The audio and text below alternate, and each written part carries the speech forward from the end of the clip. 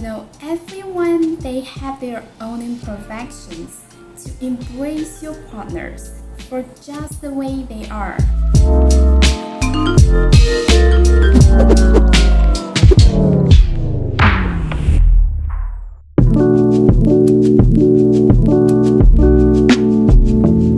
Hello everyone, so my name is Iris. So in today's video, I'm gonna share about my opinions about international marriages. So actually for cross-border marriages, different cultural backgrounds will lead to many differences and ambiguities in daily life. So when you are facing this situation, what should you do to maintain the relationship better? I think for this question, for this problem, the most important thing is to understand the culture of your partner's life, of your partner's country. Two people in a marriage come from two different countries, growing up with different cultures, customs, and taboos. However, if you don't get a full understanding of each other's culture beforehand, it will easily lead to ambiguity and misunderstanding, which will do harm to your marriage. In fact, the situation can be avoided. Before getting married, try to understand the customs and culture of your lover's country as much as possible, so that you can live in harmony on the premise of mutual respect. In this way, I believe it is not so easy for this relationship to be destroyed, right? And the second point is to embrace your partners for just the way they are. Everyone, they have their own imperfections.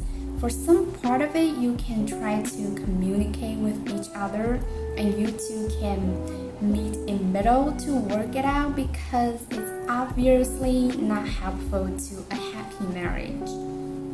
And for the other part of it, for those problems that are not so severe, you might just need to tolerate. And this is the same for both of you. Also, I think sharing common hobbies and values are significant for couples. Dopamine segregation gradually decreases with age. At this point, the common interests and common values you share are particularly important. If you and your couple have different views, it is likely you two will end up with weakening bond and more conflict. Over time, you might start to hate your life and hate your marriage. And that's why having common hobbies and values are important. And next, I think you can't be easily influenced by others. Like for international marriages, it might not be so acceptable for some people that are conservative in China, especially for elder generation. People live in a world that's full of gossip and judgment. Many people tend to give you some suggestions about your life and marriage. Some of them, they do want to help. They sincerely want to help you for your relationship. But some of them, they don't even have a decent marriage themselves. And that way, how can they give you some suggestions that are proper, right? So in that way, I think they're just talking nonsense about your marriage. What you need to do is to have your own opinion, because you need to do your own judgment about your marriage. Do not let other people influence you too much, because this is your marriage.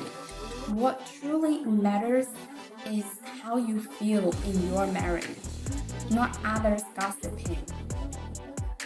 And those people who have given a lot of advice and remarks to your marriage will not take responsibility of your future and your marriage. It is you who take the responsibility. So I think you really need to think it through about whether you should take other people's advices or not.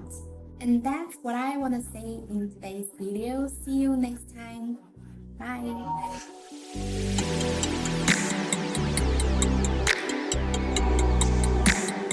You can find thousands of stunning, sincere single women serious about finding love and the perfect man for them. Join men from all over the world as they take a trip and find their future brides. Interested? Learn more at ShenzhenWomen.com. If you enjoyed this video, be sure to give us a thumbs up and subscribe to our channel. Then click on the notice bell to get notified every time we add something new.